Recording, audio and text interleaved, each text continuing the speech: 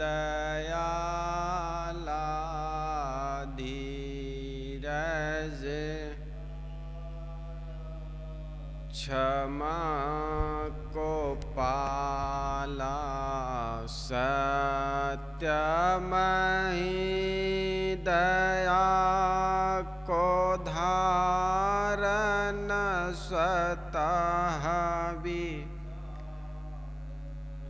Verb निवारण बोध जहि बंधन तोरी जीवन छोरी कर निज होरी परख दहि विनवोचर काज सुधरना तुम्हारी सरना शांति यही सद्गुरुदेवा दया धरेवा पार करेवा भव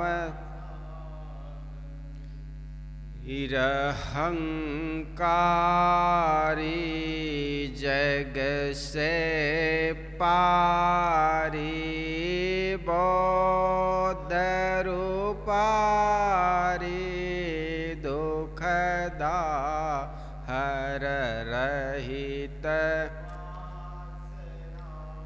मेटी त्रासना हरहूँ शासना गुण आगर त्याग करन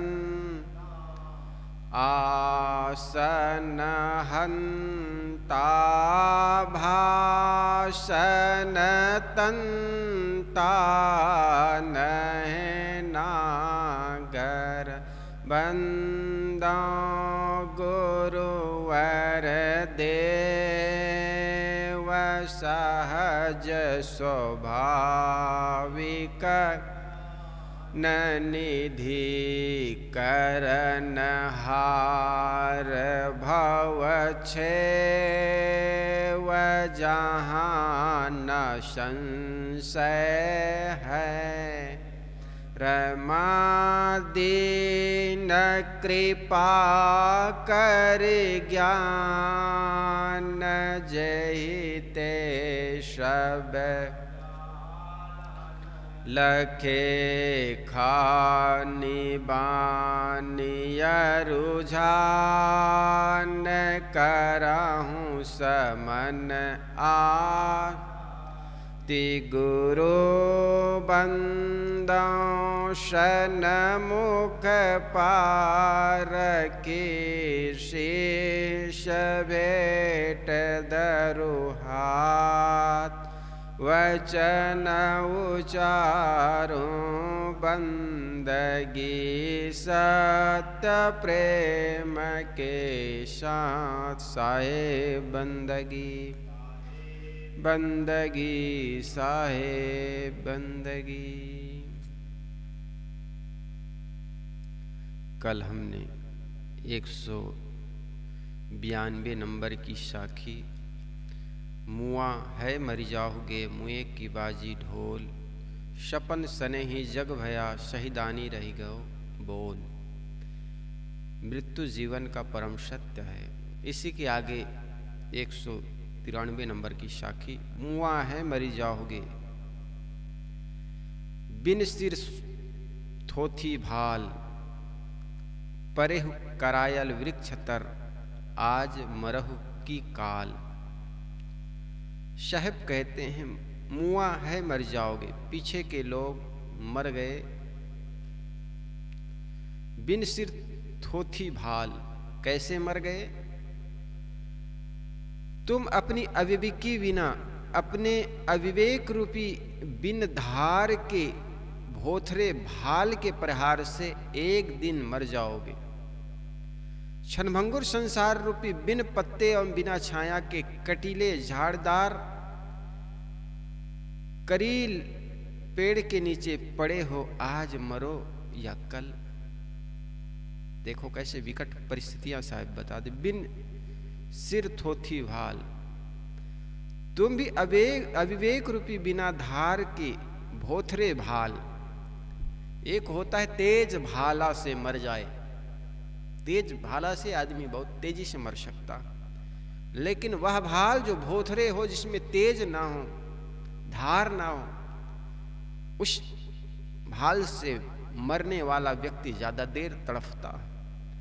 अविवेक रूपी भाल ऐसा ही है, बिना धार के। क्षणभंगुर संसार रूपी बिना पत्ते व बिना छाया के कटीले झाड़दार करील पेड़ के नीचे, पेड़ तो आज पेड़ हो, आज मरो या कल। साहेब सदगुरु कबीर की पैनी वैराग्य दृष्टि में कहने का तीखे उदाहरण सहित उद्भव विविधात्मक तरीका हृदय को झकझोर देते हैं। साहब कहते हैं कि पहले के सभी लोग मर चुके हैं, तुम्हें भी मर जाना है। बिना धार या भोथरे भाल से मार मार कर यदि किसी की हत्या की जाए तो उनको बड़ी पीड़ा होगी और देरी से मरेगा। तेज धार के हथियार से मारने पर आदमी जल्द मर जाता है, परंतु भोथरे हथियार के मारने पर बड़े दुखपूर्ण देर से मरता है। जो अविवेक एवं मोह से ग्रसित है, उनका मरना मानो भोथरे हथियार से होता है।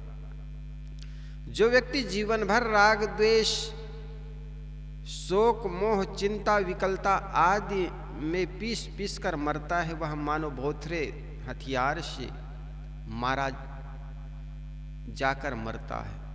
जीवन की सफलता सदैव मन का प्रसन्न रहना है।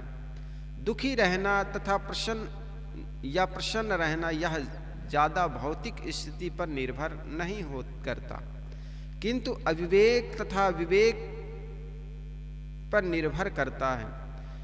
इसलिए जब मनुष्य का पूर्ण विवेक उदय हो जाता है, तब वह कृतार्थ हो जाता है और हर समय प्रसन्न रहता है।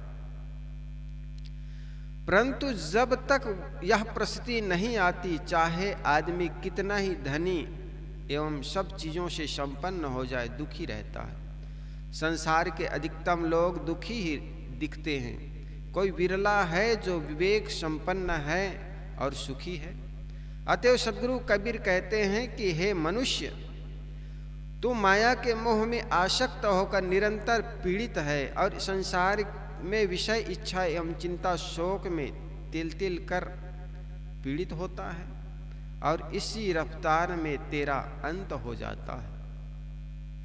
करेल के पेड़ में पत्ते नहीं होते, यह कांटा युक्त एवं झाड़ीदार होता है। जिसमें यह छाया होता है, जिसमें न छाया होती है न फल। यह क्षणभंगुर संसार इसी प्रकार है। इसमें जीव को शीतलता मिलती है, न इसमें कोई उत्तम फल। भौतिक पदार्थ के रागी आत्मा जो जीवन भर परिवर्तनशील एवं क्षणभंगुर का अनुभव करते हुए अंत में यहाँ से चला जाना पड़ता है। भौतिक उपलब्धियों का अंत कोई फल नहीं होता है, अंततः कोई फल नहीं होता है। सब कुछ जहाँ का तहाँ रह जाता है, जीव अकेला चला जाता है। व्यामोहित मनुष्य जो धन भवन स्त्री पुत्र परिवार प्रतिष्ठा आदि में सुख प्राप्ति की बड़ी लंबी आशा रहती है, परंतु उसके जीवन के दिन जितने बीतते हैं उससे सबकी असारता का अनुभव होता जाता है। भौतिकता के रागियों को अंततः इस संसार में केवल निराशा ही हाथ लगती है। यह निराशा ही में मरकर चला जाता है। जीवन में शांति तब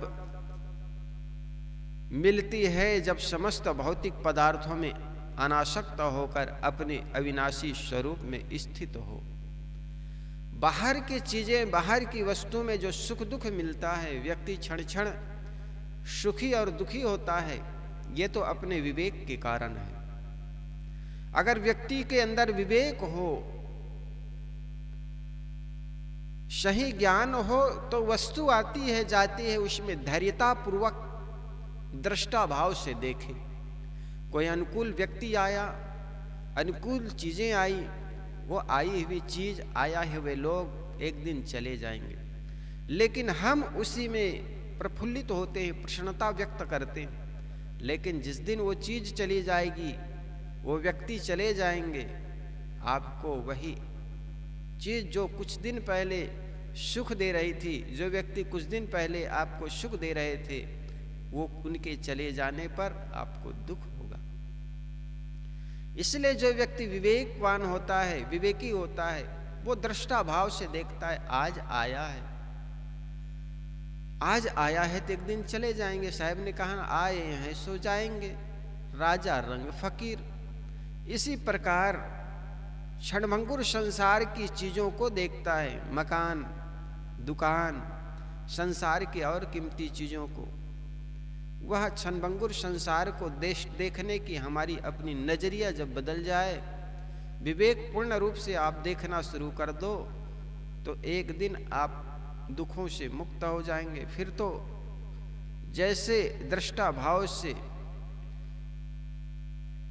देखोगे, उनकी सारी अस्तित्व, मतलब अंततः अंत क्या गति होनी है, आपको दिखाई पड़ने लग जाएगी। साहब आगे हमारे निर्णय ज्ञान परक है। बोली हमारे पूर्व की हमें लखे नहीं कोई, हमको तो सोई लखे जो धुर पूरब का होय। हमारे निर्णय ज्ञान परक है। हमारी बातों से में लोग ठीक से नहीं समझ सकते। हमारी बातें वे लोग ठीक से समझ नहीं सकते जो केवल कर्म उपासना में डूबते हैं। हमें लखे नहीं कोई, जो कर्म उपासना में लगे हुए हैं, कर्मकांड में लगे हुए हैं, वे व्यक्ति भले निर्णय के वचन को कैसे समझ पाएंगे। हमारी बातें वे लोग ठीक से समझ नहीं सकते जो केवल कर्म उपासना में डूबे हैं। हमारे निर्णय तो सम्यक वह समझ सकता है जो निश्चय पूर्वक, ज्ञान पूर्वक बुद्धिवान है। बच्चों को पहली कक्षा में ही पढ़ाया जाता है कि बच्चों, जब सूरज उगे तब तुम उसके सामने मुख करके खड़े हो जाओ और अपने दोनों हाथों को दोनों ओर फैला दो। अब यह समझो कि तुम्हारे मुख के सामने जिधर सूरज उगा है वह पूरब दिशा है, पीठ की तरफ पश्चिम, दाहिने हाथ की तरफ दक्षिण तथा बाएं हाथ की तरफ उत्तर दिशा है। अतएव जिधर सूरज उगता है उस दिशा में को पूर्व कहते हैं। सूर्य प्रकाश स्वरूप है, प्रकाश ज्ञान का प्रतीक है, अतएव पूर्व का लाक्षणिक अर्थ है ज्ञान। बोली हमारी पूर्वक की कहकर सद्गुरु यह बताना चाहते हैं कि हमारी बातें ज्ञान परक है। जो लोग भावुकता पूर्वक अनेक काल्पनिक देवी देवताओं की भक्ति भावना में एवं नाना प्रकार के कर्मकांडों में डूबे हैं, उन्हें मेरी सारी बातें समझ में आना बड़ी कठिन बात है। भावुक तथा मोटी बुद्धि वाले लोग ज्ञान की धारदार बातें पहले तो सहन ही नहीं कर पाते, समझना और दूर की बात है। ज्ञान की जो बातें आदमी को जल्दी समझ में नहीं आती। इसलिए गोस्वामी जी ने कहीं पर एक पंक्ति कही है, सुनत कठिन समझत कठिन साधन कठिन विवेक। उन्होंने कहा ज्ञान की बातें जल्दी सुनने में नहीं आती, सुनने में आ गई तो आदमी को समझने में नहीं आती, और समझने में आ भी गई तो जीवन में आचरित करते नहीं बनता। इसलिए कहते हैं ज्ञान पंथ कृपण के धारा। ज्ञान के पंथ पर चलना मानो तलवार के तेज धार पर चलना। जरा भी चूक हुई, जरा भी असावधानी हुआ कि आदमी के पैर कट सकते हैं। जोखिम से भरा हुआ जीवन। साहब कहते हैं भावुक तथा मोटी बुद्धि वाले ज्ञान की धारदार बातें समझ पहले तो समझ में नहीं, सहन ही नहीं कर पाते, और जब समझना तो और दूर की बात है। सद्गुरु कहते हैं कि हमें वही समझ सकता है, अर्थात हमारे निर्णय को वही बुझ सकता है जो निश्चय पूर्वक ज्ञान दिशा वाला हो, जिनकी बुद्धि केवल कहीं भावुक होकर बंधी नहीं है किंतु निष्पक्ष एवं उदार निर्णयवती है। वही कबीर साहब की बातों को समझ सकता है। कबीर किसी तथाकथित ईश्वर के अवतार, पैगंबर, ईश्वर की किताब, ईश्वरीय संप्रदाय एवं ईश्वरीय देवी देवताओं से बंधे नहीं थे। वे मानसिक गुलामी करना जानते ही नहीं थे। वे श्रद्धा भक्ति के नाम पर आंख मूंद कर चलना पसंद नहीं करते थे। उन्होंने श्रद्धा भक्ति के नाम पर चलाए गए समस्त अंधविश्वासों एवं रूढ़िवादियों को झकझोर कर उखाड़ दिया है। वे सत्य ज्ञान में निष्ठा रखने को ही श्रद्धा समझते थे। श्रद्धा है भी सत्य को धारण करना, बिना समझे बुझे आंख मूंद कर बिना सिर पैर की बातों में मोह कर लेना अंधभक्त श्रद्धा है। कबीर साहब इनके घरघोर विरोधी है। वे केवल सत्य के मोती के व्यापारी हैं। इसलिए कंकड़ और ठीकरे को ही पहचानने वाले लोग कबीर के मोती को कैसे पहचान सकते हैं? उनके हीरे मोती पारखी ही परखते हैं, निश्चय पूर्वक ज्ञान पूर्वक बुद्धि रखते हैं। किसी जड़ संस्कार में बंध कर कबीर की बात समझ पाना बड़ा मुश्किल है। जिसकी बातें समझने के लिए उन जैसे खुला दिल होना चाहिए। कबीर की जो बात है, कबीर की बात को समझने के लिए खुली आंख चाहिए, विवेक की आंख चाहिए। इस साखी का अनेक विद्वान स्थूल अर्थ करते हैं। उनके ख्याल से कबीर कहते हैं कि हमारी बोली पूर्व की अर्थात बनारस की है। हमारी बातें दूसरे लोग नहीं समझ सकते, केवल वही समझ सकते हैं जो निश्चित पूर्वक बनारस के आसपास के होंगे। इस प्रकार के कहना अपनी अज्ञानता प्रस्तुत करना है, अर्थात बहुत छिछलापन है। कबीर की वाणी सार्वभौमिक होती है और कबीर जैसे सार्वभौमिक चिंतक की वाणी स्वाभाविक ही सार्वभौमिक है, क्योंकि वे कहते हैं देश विदेश हों फिरा। एक जगह उन्होंने कहा कि जो व्यक्ति काशी में मरता है, ये पंडितों की मान्यता थी। अगर तुम कहते हो कि काशी में मरने से मुक्ति होती है, तो क्या अन्य जगहों पर मरने से गधा हो जाएगा? जैसे साहब का वो पंक्ति है ना, लोगा तुम ही मती के भोरा, जो पानी पानी मिल गए तो धुर मिला कबीरा। जो मैथिल को सांचा व्यास, तोहरा मरण हो मगहर पास। कुछ लोगों ने कहा कबीर साहब, जिस प्रकार हम काशी में मरने से मुक्ति मानते हैं, आप भी मगहर में मरने से मुक्ति मानते हैं। फिर एक अंधविश्वास हमने फैलाया कि काशी में मरने वाला मुक्त हो जाएगा, दूसरा अंधविश्वास आपने फैला दी कि मगहर में मरने से मुक्त होते हैं। तो कबीर साहब कुछ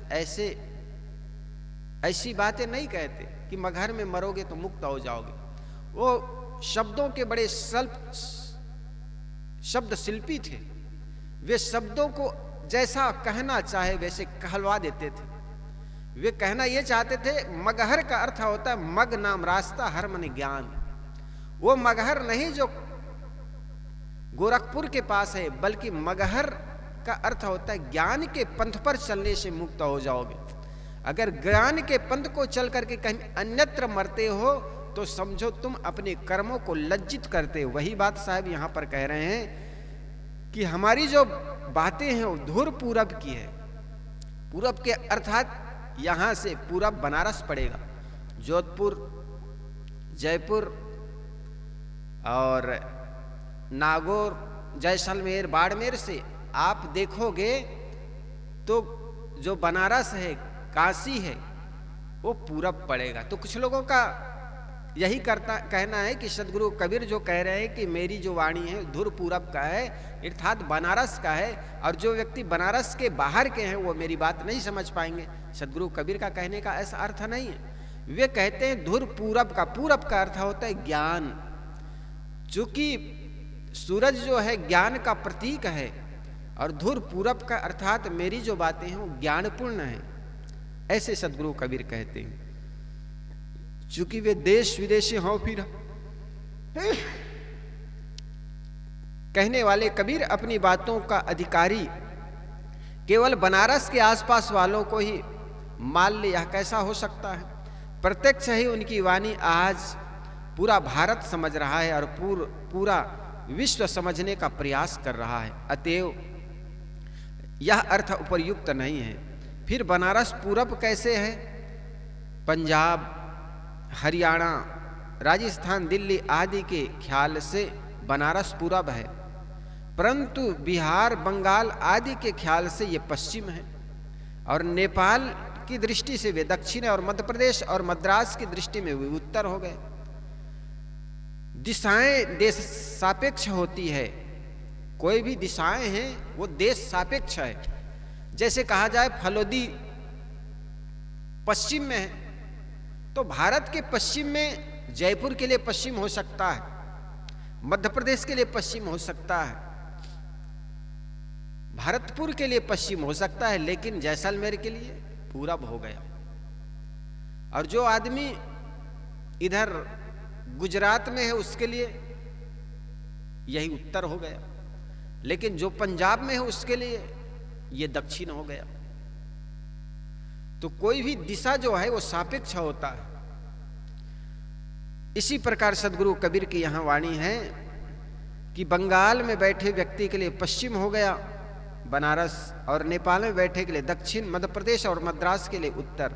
दिशाएं देश सापेक्ष होती है, दिशाएं अपने आप में स्वतंत्र नहीं है, इसलिए बनारस का अर्थ पूरब होगा तो सापेक्ष ही है। फिर बनारस पश्चिम, उत्तर और दक्षिण भी होगा, अतएव ज्ञान ही पूर्व है। ज्ञान परक बुद्धि वाले ही कबीर साहब की वाणी को पूर्णतः समझ सकते हैं, यही इसका उपयुक्त अर्थ होगा। आगे साहब कहते हैं संसार का घमंड बेकार है। जाके चलते रौंदे पड़ा, धरती हो ये बेहाल, सो सावत घा में जरे, पंडित करहु विचार। हे पंडित, हे पंडितों विचार करो, जिनके चलने के कारण पद मर्दन से जमीन रगड़ जाती थी, जाके चलते रौंदे पड़ा। धरती के जीव परेशान हो जाते थे। वे राजे महाराजे सो सावत, वो राजे महाराजे कहाँ चले गए? योद्धा युद्ध स्थल में अधमरे पड़े, धूप में जलते हैं, इस पर विचार करो। सदगुरु कबीर बड़े पैनी दृष्टि से संसार की असारता पर प्रकाश डालते हैं। किस पर तुम घमंड करते हो? हजारों आए लाखों चले गए, नेकी बदी का बोझ उठाए चले गए। कितने लोग आए? एक नहीं, दो नहीं, तीन नहीं, हजारों आए, करोड़ों आए, हजारों आए, लाखों चले गए, नेकी बदी का बोझ उठाए चले गए। दादा बाबा परपाजों का पता नहीं चलता है, जो उठ कर के चल देता है पुनः नहीं मिलता है। कैसी विषम काल की ज्वाला सबको भस्म बनाती, धरने वाला चल देता है रह जाती है थाथी। ये संसार ऐसा, जाके चलते रौंदे पड़ा, धरती होए बेहाल। यही बात साहब कहते हैं। जिसके चलते रौंदे पड़ा, ये धरती बेहाल हो गया, इस धरती के जीव बेहाल हो गए। सो सावत वो राजा एक दिन कब्र में पड़े रहते हैं, इस पर तुम विचार करो, तुम्हारा क्या रह जाएगा। सदगुरु कबीर ने अपने समय में जमींदारों, छोटे या बड़े राजाओं, महाराजाओं और योद्धाओं आदि को देखा था, जो दूसरे को लूटते थे, मारते थे, काटते थे और थोड़ी थोड़ी बातों से युद्ध ठान लेते थे। जो बड़े डाकू हो जाते थे, वे ही महाराजा धीराज हो जाते थे। वे ईश्वर बनकर जनता से पुजवाते थे। ये सब अपने फौज फक्कड़ के सहित जिधर चलते थे उधर की जमीन रौंद जाती थी, फसलें रगड़ जाती थी, बिना रास्ते के रास्ते बन जाते थे और उस भूखंड के सारे जीव उनके आतंक से परेशान हो जाते थे। उन रजवाड़ों एवं लड़ाकुओं के आतंक से जनता सदैव आतंकित रहती थी। सदगुरु कहते हैं कि ऐसे राजाओं और लड़ाकुओं की भी अंत दशा क्या होती थी, यह जग जाहिर है। ये रात दिन दूसरों को मारने वाले स्वयं युद्ध में मारे जाते थे, अस्त्र शस्त्र से घायल होकर अधमरे पड़े धूप में जलते थे और उन्हें जल्दी कोई पानी देने वाला भी नहीं मिलता था। जिसको कहा जाता है महान सिकंदर महान बेवकूफ था। पूरी दुनिया को उन्होंने पूरी दुनिया पर विजय प्राप्त करने के लिए निकले थे। बहुत से जगहों पर गए, ऐसे ही एशिया और यूरोप के भूभाग पर आए, भारत पर आए तो बहुत से जगहों पर विजय प्राप्त कर लेने के बाद वे लौटे तो कहा जाता है एक कोई बीमारी से ग्रसित हो गया। बीमारी से ग्रसित हो गया तो वैद्यों को कहा कि मेरे इलाज करो। वैद्यों ने इलाज करना शुरू किया। उन्होंने हाथ ऊपर कर दिया, इस बीमारी की इलाज नहीं, मौत की कोई इलाज होती। जब हाथ ऊपर कर दिया तो सिकंदर ने कहा मेरे आधे राज्य ले लो। डॉक्टर और वैद्य हंसने लगे, तुम आधी राज्य की बात करते हो, पूरे राज्य दे करके भी तुम मौत के एक क्षण को बढ़वा नहीं सकते हो। ये मौत है और मौत की कोई इलाज नहीं होता, मौत का भी कोई इलाज नहीं होता है और तुम आधे राज्य की बात करते हो, पूरे राज्य दे करके भी मौत के क्षण को बढ़वा नहीं सकते हो। तब सिकंदर को हतप्रभ हुआ, आश्चर्य हुआ कि जिसके लिए मैंने लोगों को मारा, लूटा, काटा, आज मृत्यु के शैया में मेरा कोई काम नहीं आ रहा। ये धन संपत्ति, ये वैभव किस काम का। आज उनको पीड़ा हुई इस बात को लेकर, जिनके लिए मैंने लोगों को लूटा, लोगों को बेदखल किया, घर से, समाज से, परिवार से, राज्य से, देश से। वो संपत्ति को पाकर मैंने क्या किया, मेरे क्या काम आए। पश्चाताप हुआ और इस पश्चाताप को लेकर उस सिकंदर ने कहा जाता है शायर, एक शायर बनाया। शायद उसके मरने के बाद किसी शायर ने बनाया होगा। इकट्ठे कर जहां के जर सभी मुल्कों के माली थे, सिकंदर जब गया था दुनिया से दोनों हाथ खाली थे। तो यही हालत सबकी होती है। एक राजा की जो हालत हुई वही एक फकीर की हालत होती है, एक भिखारी की हालत होती। एक भिखारी के लिए झोपड़ी ही सब कुछ होती है। एक राजा के लिए अगर एक महल, एक राज्य, एक देश जितना बड़ा होता है उतना ही एक भिखारी के लिए उनकी झोपड़ी। तो चाहे झोपड़ी में हो या महल में हो, आदमी बंध जाता है और रोते समय, छोड़ते समय रुलासी आती है, दर्द होता है, पीड़ाएं होती हैं। तो साहब कहते हैं जो महलों में थे जाके चलते रौंदे पड़ा, धरती होए बेहाल, सो सावत घामे जरे, पंडित करो विचार। है पंडितों विचार करो, जिसके चलने पर यह धरती रौंद जाती थी, धरती के जीव बेदखल हो जाते थे, बेहाल हो जाते थे। सो सावत वही राजा महाराजे आज धूप में जल रहे हैं। झाड़ उनकी कब्र पर और निशा कुछ भी नहीं। इस संसार के जाने के बाद उनके कब्र पर घास और फूस लगे हुए और निशान कुछ भी नहीं। कितने इस धरती पर आए, पैग पैग पैगंबर गाड़े। साहब कहते हैं इस धरती पर हर कदम पर पैगंबर गाड़े गए। इतने लोग आए और गए, हमारा क्या रह जाएगा? जरा सोचे, विचार करें। सदगुरु किसी यक्ष ने एक बार धर्मराज युधिष्ठिर से प्रश्न किया, दुनिया में सबसे बड़ा आश्चर्य क्या है? अहन्यानि भूतानि गच्छन्ति या माल्यम शेषा अस्थावर किम आश्चर्य मता परम। सबसे बड़ा आश्चर्य क्या है? अहन्यानि भूतानि गच्छन्ति, रोज रोज प्राणी मर करके यमलोक को जा रहे हैं, लेकिन जो जिंदा है वो यहीं रहने का स्वप्न देखता है, आशा बनाता है। दुनिया में यही सबसे बड़ा आश्चर्य है।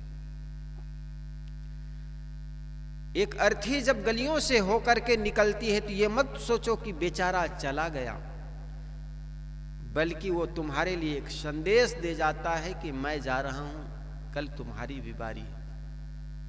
पात झड़नते देखकर कलियन करे पुकार, पात झड़नते देखकर कलियन करे पुकार।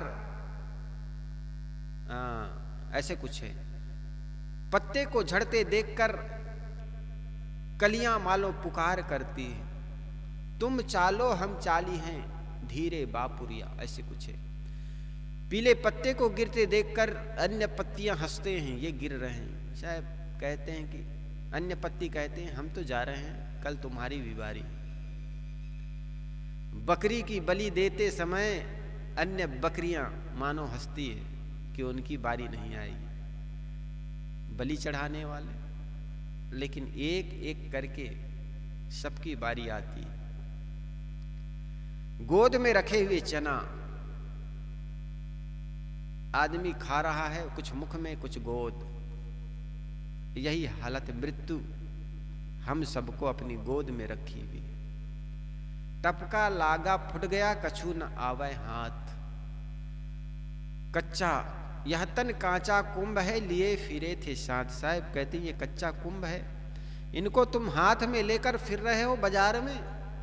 कब लग गया चोट आ गई, कहीं अटैक आ गया, कहीं हाई ब्लड प्रेशर फुल हो, हाई ब्लड प्रेशर हो गया, बस आदमी मर जाता है। ऐसे संसार में क्या अहंकार करना। राज्य की तृष्णा में पड़े हुए अहंकारी एवं क्रूर रजवाड़ों की यही दशा होती थी। हमारे अहंकार का निरंतर पोषण करने वाले इन स्वार्थी और घमंडी राजाओं का पूरा जीवन दुख में बिताते हुए अंत घोर दुख एवं निराशा में जाता था। बहुत कुछ अच्छे आदर्श रखने वाले राम कृष्ण पांडव एवं कौरवों के जीवन भी विशेषतः युद्ध में बीतते हुए अंत में घोर निराशा, आत्महत्या एवं युद्ध में ही समाप्त हुए। फिर हिटलर, मोसोलिनी आदि की दशा ही खतरनाक है। जीवन भर गायों और हिंदुओं को सताने वाला औरंगजेब लगभग अपने 66वें 90 वर्ष की अपने 65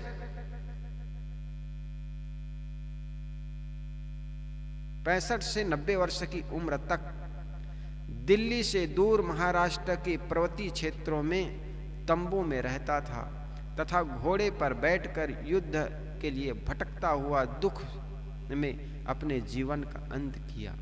मरते समय उसने कहा, जिंदगी तो बेशकीमती थी, लेकिन यह बेकार निकल चली गई। अविवेकपूर्ण स्वार्थ, भोग परायणता, घमंड, सबको अपने वश में करके सब पर शासन करने वाले की लालसा आदि प्रवृत्ति रखने वाले लोगों का जीवन आसान होता ही है और अंत में भयंकर पतन होता है। इसलिए किसी प्रकार के अगर जवानी में कोई चीज मिल गई है, ये जवानी में शरीर सुंदर लगता है, इसका उपयोग करना चाहिए।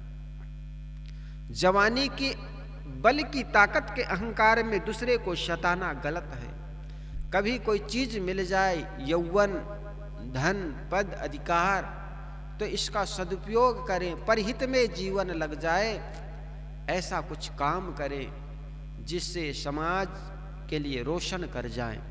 अन्यथा आदमी तो आते हैं, कितने आए कितने चले गए, उसी प्रकार मक्खी कीड़े मकोड़े की तरह हम भी एक दिन चले जाएंगे। इससे अच्छा है कि इस शरीर से कुछ अच्छे काम कर जाएं। इसलिए कहा है ना, कुछ काम करते जाना, दुनिया में आने वाले आते हैं रोज, बेकार जाने वाले। जोरू जमीन धन पर क्या अहंकार करता है? जोरू जमीन धन पर क्या अहंकार करता है? सब खाली गए एक दिन यूं अहंकार करने वाले। आगे साखी है 196। पाहन पुहमी नापते, कितने साखी जी? यही है ना, 95 और 96। पाहन पुहमी नापते, दरिया करते फाल, हाथन पर्वत तौलते, तेहि धर खायो काल। पायन पुहमी नापते, दरिया करते फाल। जो अपने पैरों से पूरी पृथ्वी नाप लेते थे, समुद्र को एक ही छलांग में कूद जाते थे और अपने हाथों से पर्वत उठा लेते थे, उन्हें भी मौत ने धर दबोचा। कौन है जिन्होंने पैरों से पूरी पृथ्वी को नाप लिया? कौन है जो समुद्र को छलांग लगा दिया? कौन है जो हाथों में पर्वत को तौलते उठाते थे? ऐसे व्यक्ति को भी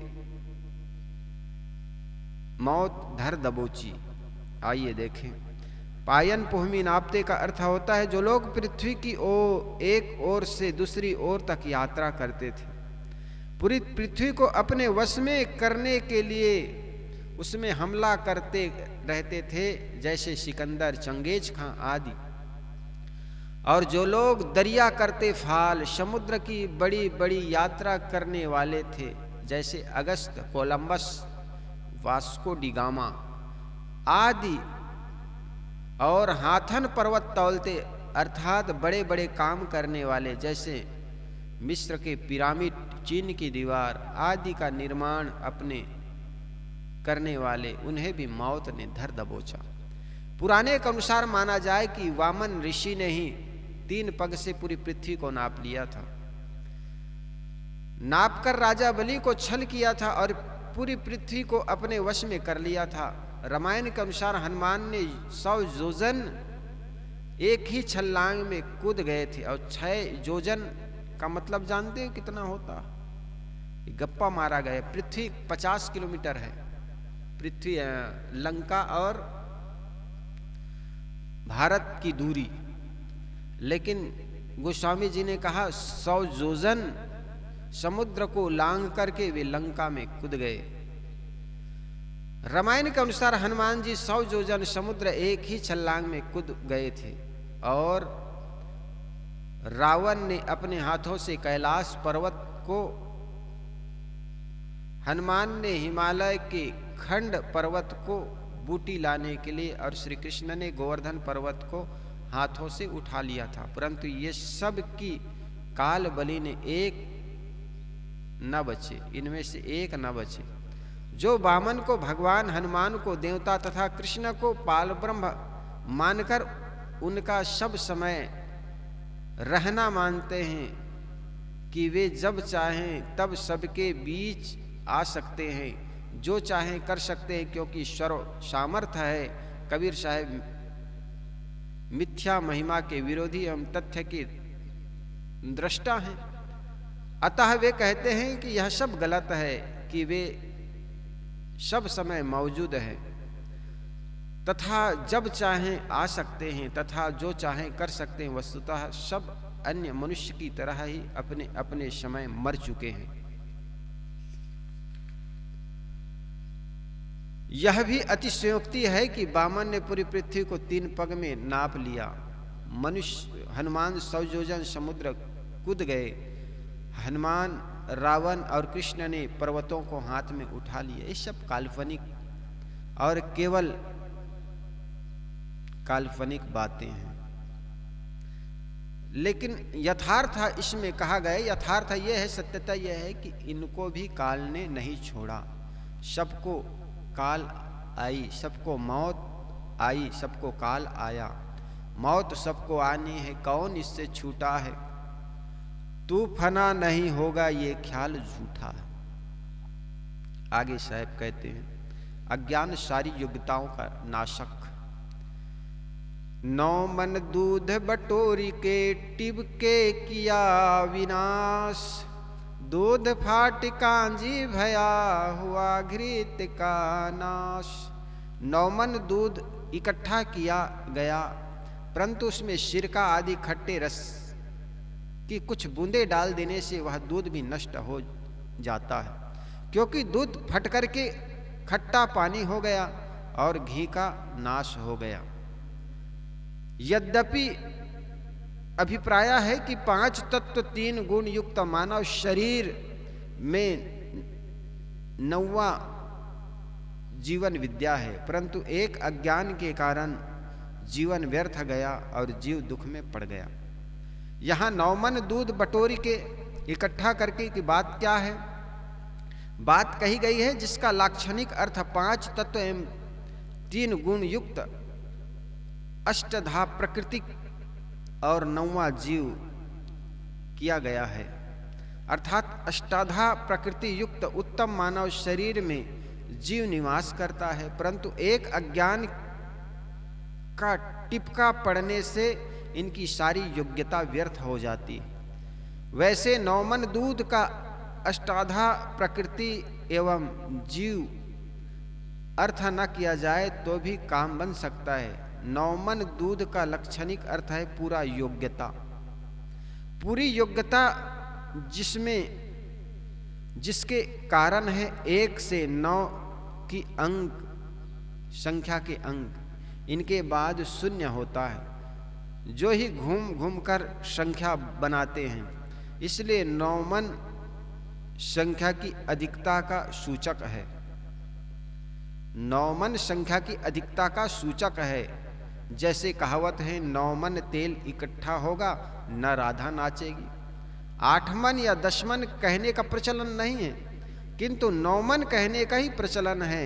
अतएव 9 मन दूध बटोरी के का सरल लाक्षणिक अर्थ है मन मानव जीवन की सारी योग्यता प्राप्त हो जाने पर भी जीव एक अज्ञानता के कारण भटकता है। उदाहरण कितना सुंदर और सटीक है। बहुत दूध इकट्ठा किया गया और उसमें थोड़ा कसैला पदार्थ डाल दिया जाए तो वह दूध न दूध रहता है, न दही बन पाता है और न उसमें से घी निकल सकता है। वह सब का सब नष्ट हो जाता है। इसी प्रकार इस उत्तम मानव शरीर की सुंदर योग्यता एवं एक अज्ञान के कारण पूरी की पूरी व्यर्थ हो जाती है। अज्ञान के कारण मनुष्य अपनी उत्तम योग्यता का दुरुपयोग करता है। किसी वस्तु के दुरुपयोग के मूल में ज्ञान और दुरुपयोग मूल में अज्ञान है। सदुपयोग कल्याणकारी एवं दुरुपयोग अकल्याणकारी है।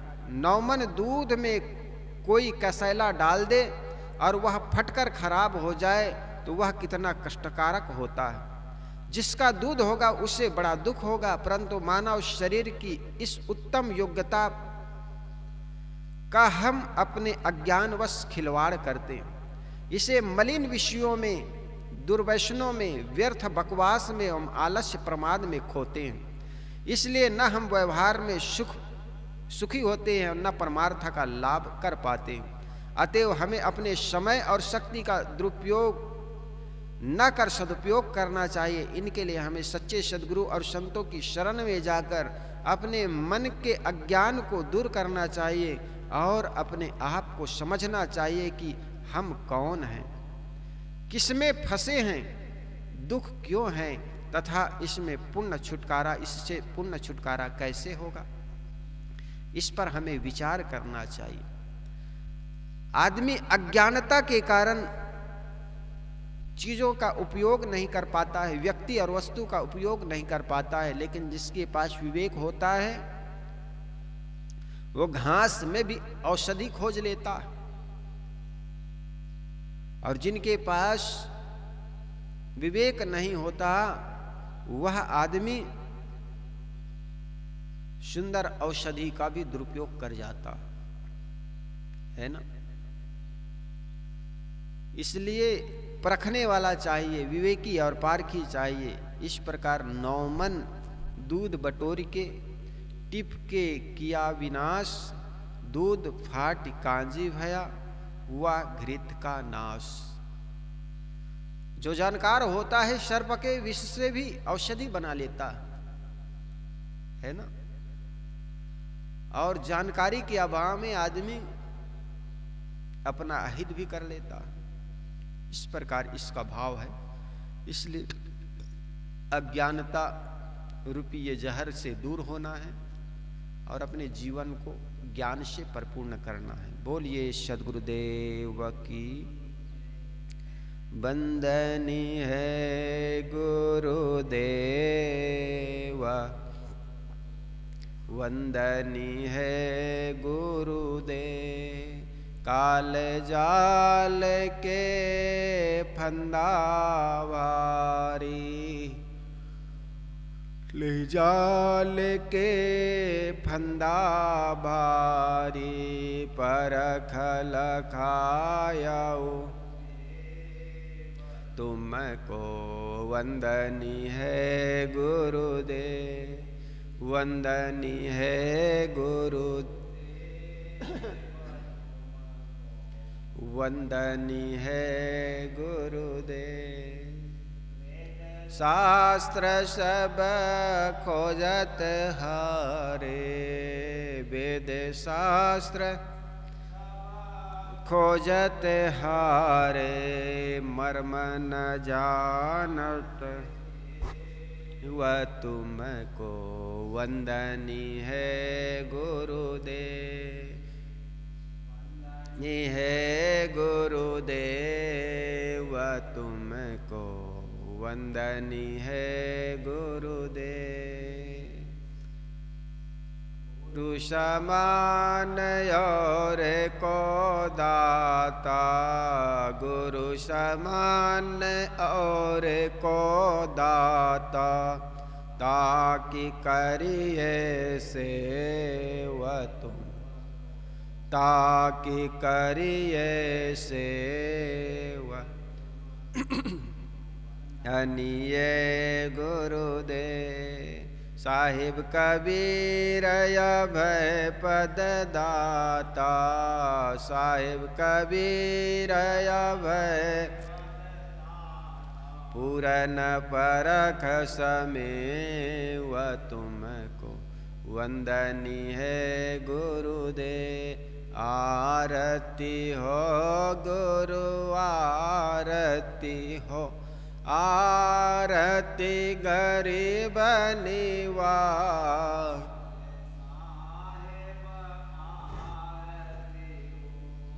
ज्ञान आधार विवेक बाती, ज्ञान आधार विवेक की बाती। सुरति जोते जहाँ जाग साहेब आरती, आरती गरीब निवाज साहेब आरती हो। आरती करूं सद्गुरु की, आरती करूं सद्गुरु साहेब की, जहाँ सब संत साहेब आरती हो। आरती गरीब निवाज साहेब रस परस गुरु चरण शरण भयो दरस परस चरण शरण भयो टूट गया ओ यम जाल सा हो आरती तेरी बनिवाज साहेब आरती हो साहेब कबीर संतन की कृपा से साहेब कबीर न की कृपा से भयाओ पर कबर काश साहेब आरती आरती गरीब निवाज साहेब आरती हो दारती दीन दयाल साहेब आरती हो दास जान निज आपनो विनती विनवत हों कर जोर के गुरु शरणागत तो काल जाल बहु फेर में परिहौ निपट गंवार शरण